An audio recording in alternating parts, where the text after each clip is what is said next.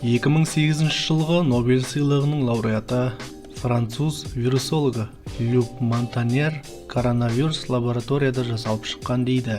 Француздық Parcours доктор порталына берген сұхбатында ол COVID-19 құрамында спид бөлшектері бар екенін атап өтті. Монтаньер коронавирустың жабайы жануарлардан адамға жұққаны туралы ақпаратты әдемі аңыз деп атады.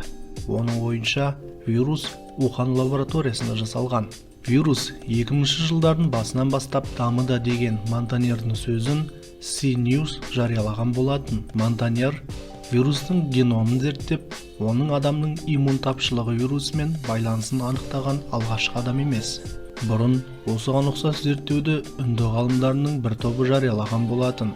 Мүмкін бұл спидтен қорғайтын вакцина жасау кезінде пайда болған вирус шығар дейді ғалым. Euronews-ның хабарлауынша, ақш барлау агенттіктері жаңа коронавирустың Ухандағы қытайлық зертханадан бүкіл әлемге таралуы мүмкін деген нұсқасын тексеріп жатыр. Президент Трамп Қытайдың инфекция туралы барлық ақпаратты ашпағанын айтты. 16 сәуірде Қытайдың сыртқы істер министрінің ресми өкілі Чао Линсян вирустың жасанды шығу мүмкіндігі туралы жарияланымдарға түсініктеме беріп, бұл теорияның дәлелдері жоқ екенін айтты. Сонымен қатар көптеген беделді дәрігерлер бұл пікірмен келіспейді деп атап өтті дипломат.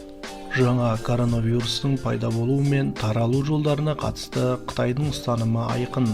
Біз бұл ғалымдар мен тәжірибелі дәрігерлердің кәсіби көзқарасын талап ететін таза ғылыми мәселе екендігіне сенімдіміз. Дүниежүзілік денсаулық сақтау ұйымы басшысы вирустың зертханалық шығу тегі туралы дәлелдердің жоқтығын бірнеше рет атап өтті деді сыртқы істер министрлігі өкілі. Монтаньер 2008 жылы қазір ВИЧ деп аталатын вирусқа қатысты жасаған зерттеулер үшін Нобель сыйлығына ие болды. Сыйлық ғылыми қауымдастықта екі жақты бағаланды.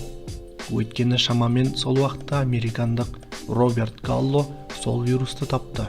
Сонымен қатар 2017 жылы Франция ғылым академиясының 100 мүшесі Монтаньердің вакцинаға қарсы мәлімдемесін сынға алып, медициналық кеңестің оған санкциялар қолданылуын талап етті.